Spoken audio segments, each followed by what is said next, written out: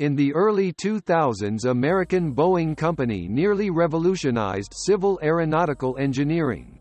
The brand-new passenger Boeing 787 with its striking name, Dreamliner, ushered the industry's new era. The basic feature of the aircraft was extensive use of carbon composite materials, which had never before been employed so excessively for creating passenger jets. Boeing 787s announced fuel-saving characteristics and a completely new passenger ride quality predetermined a record of the plane's orders long before it took its maiden flight. In order to fulfill its obligations on Dreamliner delivery to all the customers, Boeing had to establish a new assembly area. And to accelerate the production rates, a cargo aircraft, capable of airlifting fuselage sections and wing panels, was built. The development and creation of the largely innovative jet turned out to be a really complicated and expensive undertaking. The commercial use of 787 craft was delayed by several years, and Boeing suffered tremendous losses. But in spite of all complications at the start, production of the aircraft continues even now. Only a short time ago the 1,000th craft hit the skies.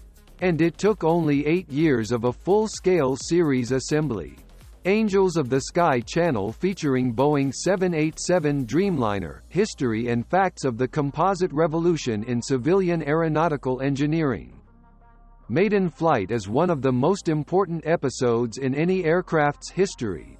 For the 787 project it was important both practically, it was necessary to make sure that everything worked out well, and psychologically, as, by 2009, Dreamliners should have been on airlines for already a year and a half.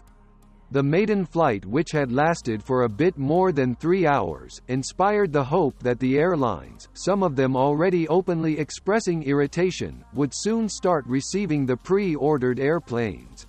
But Boeing didn't manage to meet the deadlines. Due to multiple troubles, the flight testing lasted twice as long as it was supposed to. Commercial airlines started exploiting Dreamliner as late as October 2011, when All Nippon Airways was the first to receive the aircraft. It was a major contractor, having placed an order for 50 aircraft as early as 2004. The Japanese not only purchased Dreamliner in bulk, but also took an active part in design and production of the airplane. Widest global cooperation was the crucial feature of the 787 ambitious project. Late 1990s and early 2000s marked one of the most successful periods in Boeing's civil aircraft engineering sector. The narrow-bodied 737, the Boeing's principal earner, was delivered as a next-generation derivative and collected multiple orders. The huge wide-bodied Boeing 777 had a more capacious 300er upgrade and a cargo version. They would twice outnumber the initial 777. At the outset of 2000s, a couple of other promising projects were under discussion. An upgrade of the legendary Boeing 747 and creation of the industry's first craft, capable of flying at hypersonic speeds. The latter received the name of Sonic Cruiser, and its production prototype was introduced in March 2001. Following the designer's intent, the cruising speed of the craft was supposed to be about 15% faster than that of the classic-type mainliners. But the project didn't arouse much interest with airlines, mostly because of it was too risky from the technical viewpoint, and the announced performance data fueled skepticism. The company later upgraded the Queen of the Skies, creating the new 747-8 Intercontinental, to compete with the new European giant Airbus 380. The Sonic Cruiser project was eventually neglected. Airlines were not enthusiastic about the potential increase of the cruising speed. Against the background of constantly increasing oil prices and decreasing traffic due to the notorious events of 9/11, the saving matters became the priority for the liners. Boeing decided to play this by offering its prospective customers a brand new airliner project which had the advantages of fuel efficiency and improved passenger convenience. Record pre-orders number long before the bird's maiden flight was due to the major advertising campaign and, what is most important, appropriate market positioning of the wide-bodied aircraft. It was vital for Boeing to demonstrate its superiority over its European rival. The new American airliner was a direct competitor for the Airbus 330, built in the early 1990s. Thanks to its enhanced engines and the prevalence of composite materials, the promising jet was supposed to have increased flight range and reduced fuel consumption. Boeing 767-300ER mass production model was selected as the reference point among Boeing's home-built airplanes. It was stated that the new aircraft, replacing it, would consume 20% less kerosene per passenger. The operators of the 777 earliest modifications and even narrow-bodied Boeing 757 were viewed as prospective buyers. The former would be interested in the enhanced fuel efficiency with a similar seating capacity, and the latter would be lured by the increased range. After 2 decades passed, we can be sure that the company chose the right competitive environment for the promising airliner. This is evident against the background of how both Airbus and Boeing viewed future mass passenger traffic, back in the beginning of the 21st century. The Europeans invested in the A380 enormous double-decker, assuming that a 500 to 600-seat airliner would be a great success. It was believed that the traffic among major hubs would intensify largely, and it would be cheaper for the companies to employ one hyper-capacious aircraft over 2 conventional wide-bodied airplanes. The Americans in their turn chose to develop the concept of the twin-engine aircraft, as it could be landed in a larger number of airports, hence, the airlines could use it in a more flexible manner. As time has passed, we are now well aware of the outcome of the large-capacity pursuit. Airbus A380 and the upgraded Boeing 747-8 were both commercial failures, having attracted much less orders than it was planned. But, this result had yet to be seen. A new liner's commencement of operation is a hard time for a company. This is the period when most engineering challenges, related to the so-called aircraft infantile diseases, occurred. It can be the happiest time as well, especially if the airlines are looking forward to purchasing the craft. So was the case with Dreamliner. The delivery ceremony of the first Dreamliner to the launch customer, the Japanese ANA, took place on September 26, 2011, at the Everett Aircraft Factory. A month later the craft performed its first commercial flight from Tokyo to Hong Kong, and in a few months, the aircraft started performing long-range flights on a regular basis. So it turned out, 8 years passed from the official launch of the project to the start of its commercial use, compared to the initially estimated 5 years. Attempts to maximize the efficiency of the Dream airliner's production became the project's major problem right at the start. By the way, Boeing 787 could have received another name. At the dawn of the project an online poll was taken, involving about 500,000 people. Global Cruiser option, closely echoing the name of the hypersonic plane, that was never built, ranked only 2,500 votes lower than Dreamliner. Wide production cooperation, aimed at reducing all parties' expenses and aircraft's assembly time, has become the major 787 project's feature. Boeing Company and its American partners produced about 35% of Dreamliner's units and assemblies, the rest of them were commissioned to contractors worldwide, which was the first time for the America's largest aircraft manufacturer. Components of the plane's airframe and units were manufactured and delivered from Europe, Asia, Australia and North America. Japanese companies played a special role in this cooperation. Their supply rate was roughly the same as that of the North American manufacturers. And the parts, delivered by the Japanese, were critical items, carbon fiber for the fuselage and passenger cabin composite components, as well as prefabricated wing panels and center sections. Japanese companies, involved in Boeing 787 production, even received grants from the Japanese government for modernization. The total funding amounted to $2 billion. All this together accounted for the large-scale contracts with the Japanese airlines. ANA and Japan Airlines ordered nearly 150 Dreamliners in total. Starting with the 787 project, Boeing was determined to introduce a new organization model, largely similar to the one used by its major European competitor.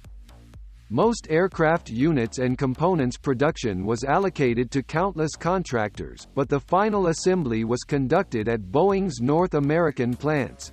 With this pattern, logistics became vital, as cooperative production areas were located on different continents. Delivery was also complicated by the impressive size of some Boeing 787 airframe components. They could have been transported by sea, as usual, but it would have taken too long, given the huge distances. The problem of bulky components delivery was solved by analogy with the European rival. Thus, Boeing 747 LCF cargo plane was built. It was nicknamed Dreamlifter, to emphasize its relation to the Dreamliner project.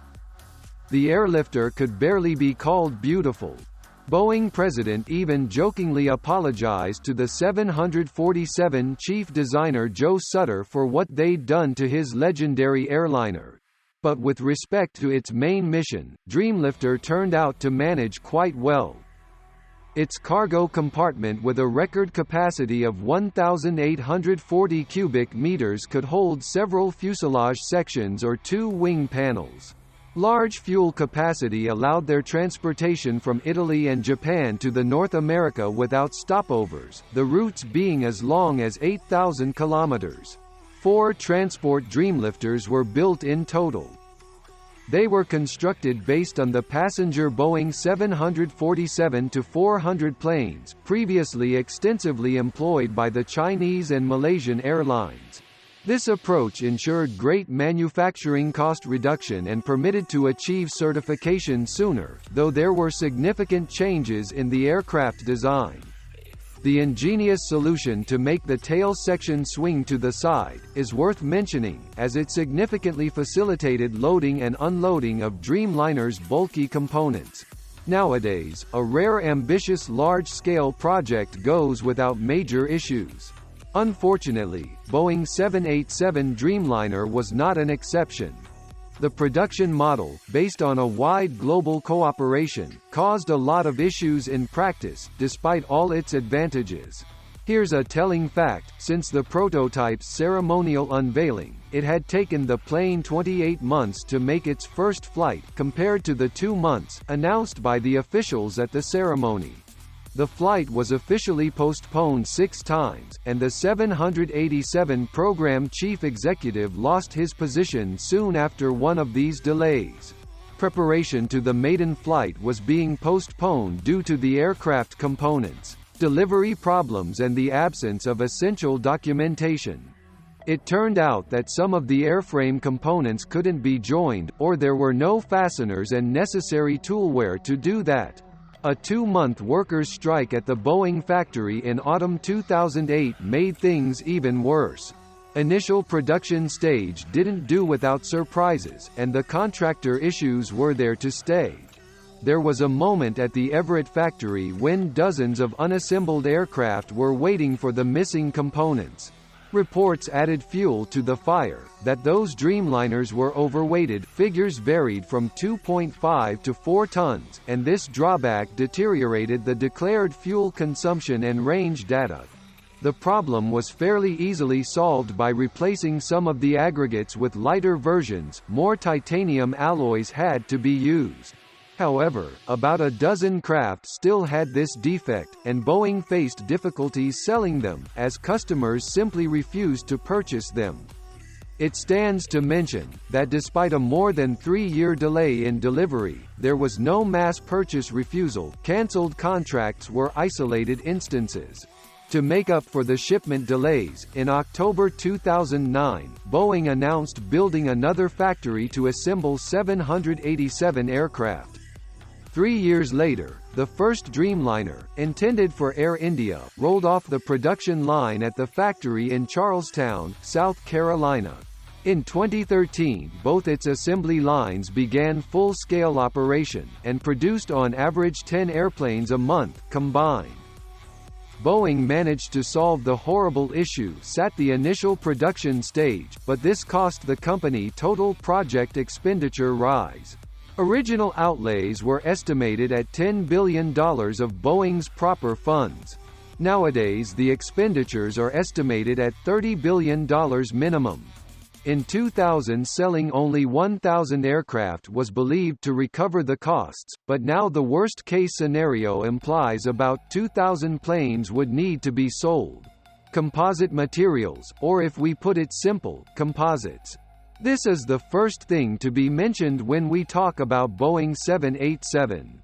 When Dreamliner appeared, it held the record of using composite materials in its structure. They amounted to 50% of the airframe weight.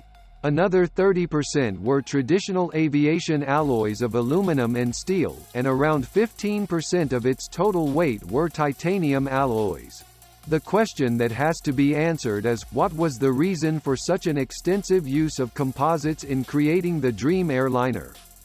The answer may seem a bit presumptuous, but after all, Boeing 787 is quite a daring attempt to get the most efficiency out of the conventional modern mainline jet arrangement. Airlifts are, first and foremost, a large-scale business, and cost optimization is the top priority for airlines. They append up to 1/3 of their budgets for fuel, so they always strive to have a fleet composed of the most fuel-efficient aircraft available. Aircraft manufacturers, in their turn, more or less regularly release new airplanes, consuming less fuel as compared to the previous generation craft. But it is becoming more and more difficult. The capabilities of reducing aerodynamic resistance within the traditional approach are practically exhausted, and the remaining potential for turbofan engines development is estimated as relatively low. Generally, in order to build an airplane with high fuel efficiency rates, designers have to reduce its takeoff weight, enhance its aerodynamic characteristics, and install engines with low specific fuel consumption. In creating Boeing 787, the designers summed up all the three conditions. Composite materials allowed to reduce airframe weight and create better wing shape, and the cutting-edge high bypass ratio engines consumed less fuel, providing the same thrust as the previous generation motors. Here is a comparison to help estimate the scale of composites employment. For manufacturing Boeing 767, about 1.5 tons of composite materials were used, mainly for fiberglass cowlings and control surfaces. A much larger Boeing 777-200 contained 10 tons of composites, which were used to manufacture horizontal and vertical stabilizers. According to Japanese Toray Industries, the carbon fiber manufacturer, there are about 35 tons in the Dreamliner structural system, and they are used throughout the whole airframe, including the wings and the fuselage, tail unit and control surfaces, pods and passenger compartment, etc. Composite materials allow not only for weight reduction and absence of corrosion, but also the capability to develop primary structural units with the intended structural characteristics. Carbon fiber is laid down in certain directions to compensate for the torsional and bending forces, which becomes more obvious in the process of manufacturing fuselage sections. And it's best evident if we look at the ready-made Dreamliner wing. Due to the composite panels, it has a relatively thin airfoil and a longer aspect ratio, and it also has a fairly high unit area loading value. All this is done to improve the aerodynamic characteristics and fuel efficiency. Wing integrity was confirmed by static tests in which it endured 150% of the maximum planned strain for 3 seconds, and the tips deflected upwards by 7.5 meters. Improving aerodynamic characteristics is only one side of the fuel reduction issue. Aircraft propulsion plays the crucial role here. Boeing 787 is powered by 2 turbofan engines, 32 tons of takeoff thrust each. The aircraft's customers could select propulsion unit composition from 2 contractors located in the UK and in the USA. Rolls-Royce offered Trent 1000, the latest Trent engine of that time, originating from the famous 3-spool RB211. General Electric presented GEnx-1B, a development of the legendary GE90, the most powerful aircraft engine of the time. Both engines had similar performance characteristics despite differences in structural organization. As compared to the previous generation engines, their fuel efficiency was approximately 15% higher. They also succeeded in noise reduction. This was due to a very high bypass ratio and special chevrons, the sawtooth-shaped trailing edge of the pod. They are made to allow the airflow, passing out of the bypass duct to mix with the surrounding air smoother and quicker, causing less acoustic vibrations. Dreamliner's reputation as an innovative aircraft is confirmed by another engineering solution: the designers didn't reuse the compressed air discharged from the engine. According to Boeing, this resulted in another 1–2% fuel consumption reduction. You can call Dreamliner an electrical aircraft. Both engines generate 1 megawatt of electrical power, and another 0.5 megawatts is generated by the auxiliary power unit. 2013 was a special year for the Dreamliner project. The airlines, which were the first to receive the aircraft, had an opportunity to flight test them, and the much-anticipated continuation heaved in sight. On September 17, the Payne Field Airfield in Everett saw the Boeing 787 ninth variant evaluation flight. For the average person, this might have looked like testing of another more capacious aircraft variant. But in fact, the new aircraft was a result of major error correction, the concentrate of all the positive and negative experience gained while developing Dreamliner, in order to perfectly represent the idea. To obtain the intended result, the engineers had to introduce major changes to the airframe structure and systems. Here are some figures. The standard 2-class arrangement of Boeing 787-9 held 20% passengers more than the basic model, to be more precise, 290 passengers versus 242 passengers. At the same time, it had only 10% increase in fuel consumption rate per hour, and its maximum takeoff weight also increased by approximately 10%. As compared to the basic aircraft version, the maximum flight range also increased by 500 kilometers, and it now amounted to 14,140 kilometers. The situation is far from typical. Normally, shorter aircraft fly much longer distances. Because of its flight performance, 787-9 became Dreamliner's bestseller with time. The orders for 787-9 outnumbered the basic version twice. As of the beginning of 2020, there were around 900 such aircraft on the list, and more than a half have already been delivered to the airlines. An interesting detail about the test flights: there is a small cone hanging by the tail fin of Boeing and other manufacturers' aircraft. It is used to measure static air pressure, mirroring the data from the standard onboard sensors in the aircraft's nose. For more precise measurements, the cone can be moved further away from the aircraft by unwinding the cord. The 787-9 modification became commercially operational in late 2014. By then, some airlines accumulated basic Dreamliner model operational background, and were able to share their experience. 20 airline companies had almost 200 Dreamliner aircraft. According to majority of their representatives, Boeing 787 had generally met their expectations, and they were satisfied with it, even despite the infant disease period. The average availability rate back then was 98.3% with all operators, though there were airlines already attaining 99.5%. A relatively fair rate, bearing in mind that during 3 years of the aircraft's operation there were many incidents. The Dreamliner's catchphrase is reducing fuel consumption by 20% as compared to Boeing 767-300. The aviation community was interested whether they succeeded or not. It might be a coincidence, but the average fuel flow rates of both Boeing 767-300 and Boeing 787-8 is about 4.9 tons. But Dreamliner's has a higher cruising speed, and it can carry more passengers and payload. The Japanese ANA and JAL were the first to confirm that Boeing 787 consumes 15% less fuel per passenger than 767-300, and even 20% less on intercontinental flights. Other airlines demonstrated similar figures. Specific values depended on the business model the company used. All had different passenger compartment arrangement and disposed routes. The Dreamliner's prevalence over its rival A330-200 was not a surprise.